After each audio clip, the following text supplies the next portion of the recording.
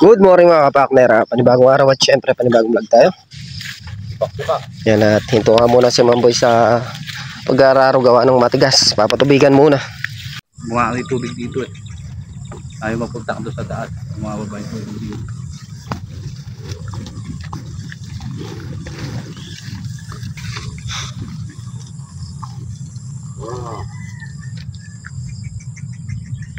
Makakaikot ba doon?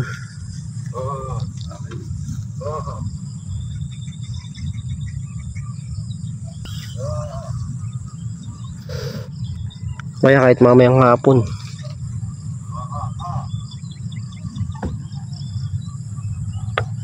Yung mga kapakner, pinapaligian lang tong ano, gawa ng bumabaw na.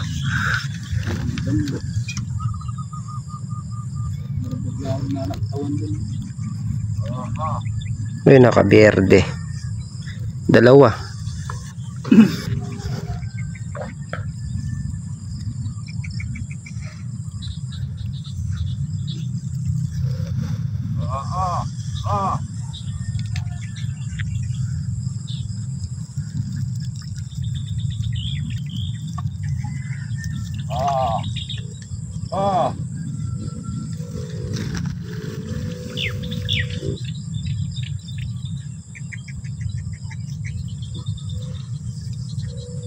Baba.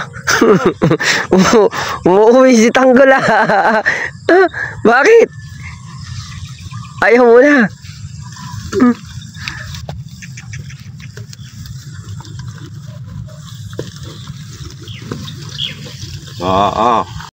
Yung mga kapakner at bali, dito nga tayo sa may balag ng upo. Sinasangkahan lang uli ni Mambo yung balag para hindi tumatapon yung tubig, tsaka para dyan na rin dumadaan yung tubig namin pag magpapatubig kami sa sangka. Bukas ka na lang. Tapos kahapon nga, ito yung ating trabaho. Yan kami ni Meng yan. Pagkatapos natin magtasta, siningit namin tong balag. Nilagyan natin ng tamsi na tong diretso. Yan na kasi yung ating sitaw. Malalaki na. Nilagyan natin ng pinaka ano sa taas, pinaka pilahan ng balag natin para tumibay. Yan, parang ano rin siya, parang bakod na rin style niya. Kailangan kasi nun meron para hindi umuuga tong ano natin. Bubol to eh. Kaya nilagyan natin ng pilahan. Kaya parang pinaka harang na rin doon sa gilid.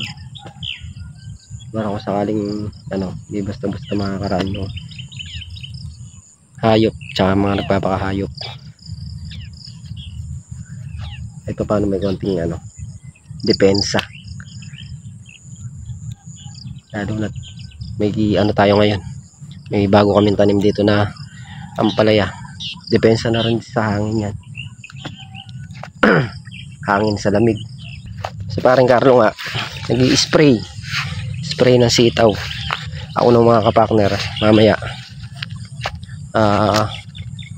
pag natapos si Mamboy dito, mag-ano naman ako, magra-grass cutter.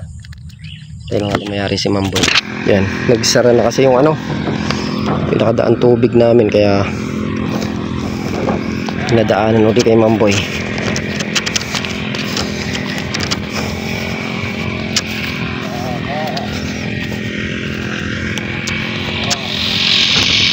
Parang Carlo nag-i-spray. Maraming alanganin bunga oh.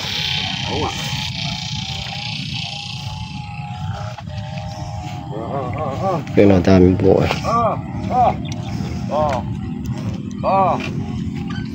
Dami sunod-sunod dyan. Kailangan alagaan sa spray para hindi mapasok. Pang namentong. Eh, pinag-alo na yung pataba dyan eh. Tumakamo yung gamot ah.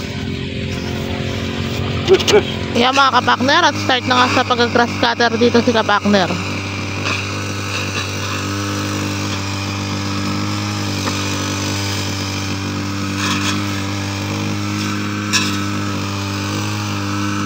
Ayan at papatubigan nga daw muna to bago anuhin, bago araruhin. Gawa ng matigas, masyas.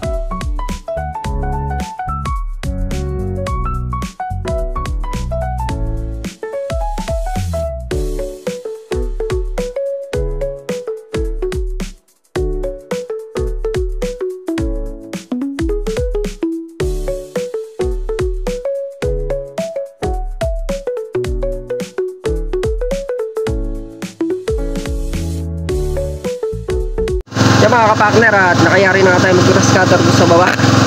Bali uwi muna kami ni Mrs. Kapakner para makapag-church. Tapos babalik na lang tayo mamaya.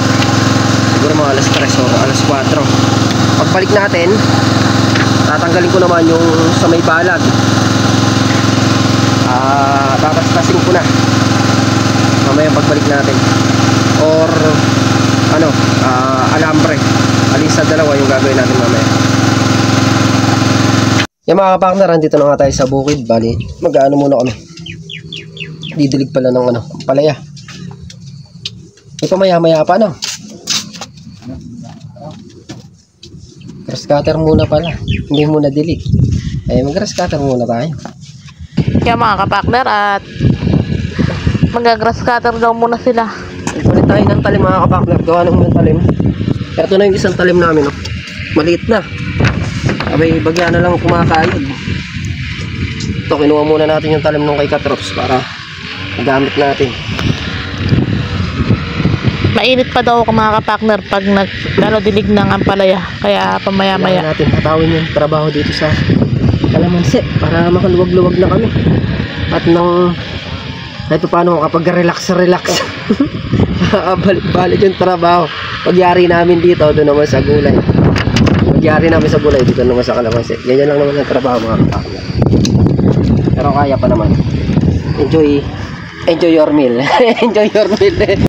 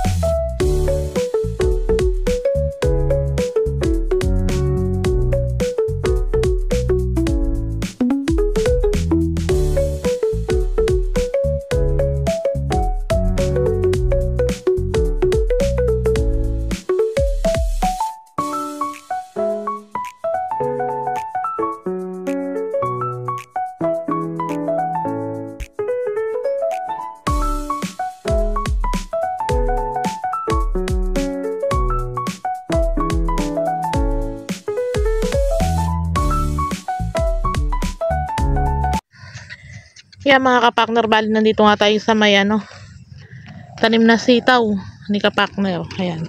Maglalagay tayo ng leteng na patayo. Sila nandun sila, nagagrass cutter pa. Tayo ay papunta na dito para magkabit ng leteng.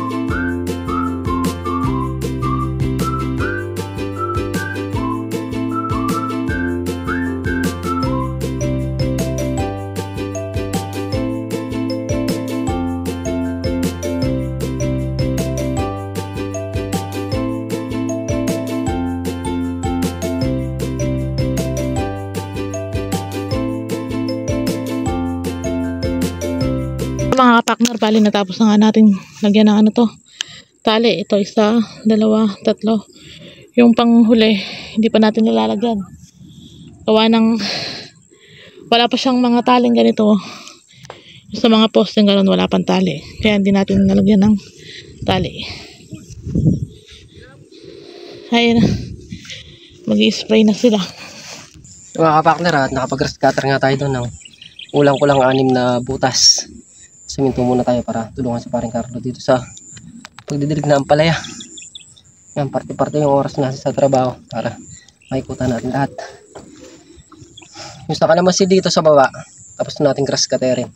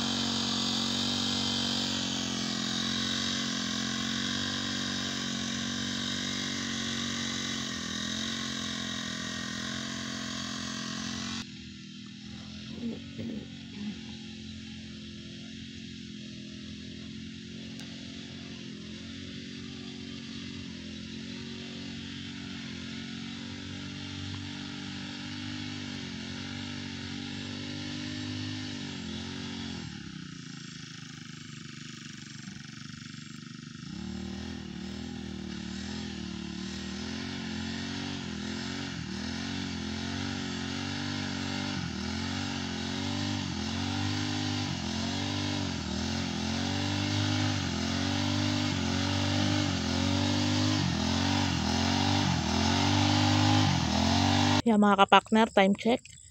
5:30. Mag-alas 6 na ng gabi. Dito po tayo sa...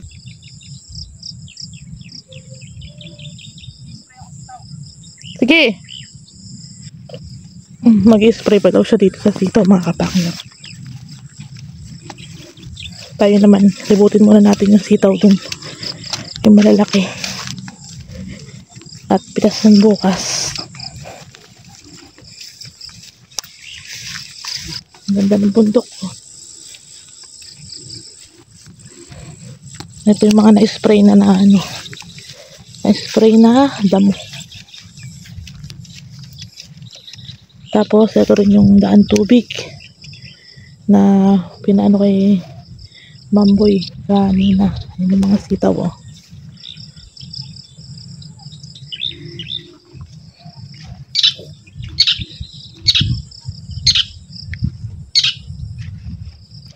Ito wala pang tali. Bukas malalagyan natin ng tali.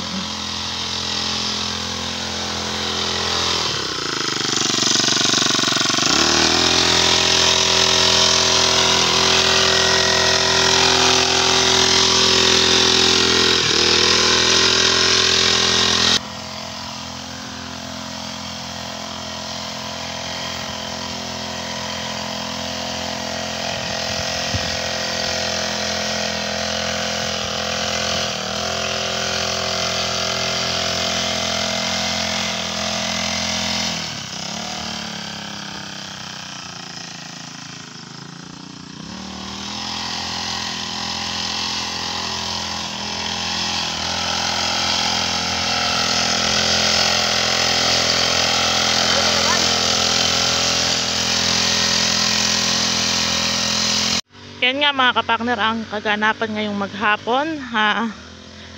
Nakapag grass cutter kanina. Tapos ayan, nakapag dilig ng ampalaya. Tapos nag grass cutter ulit, dilig ng sitaw. Yan mga kapakner, thank you po sa patuloy niyong suporta. Ingat po ang lahat and God bless. Bye bye.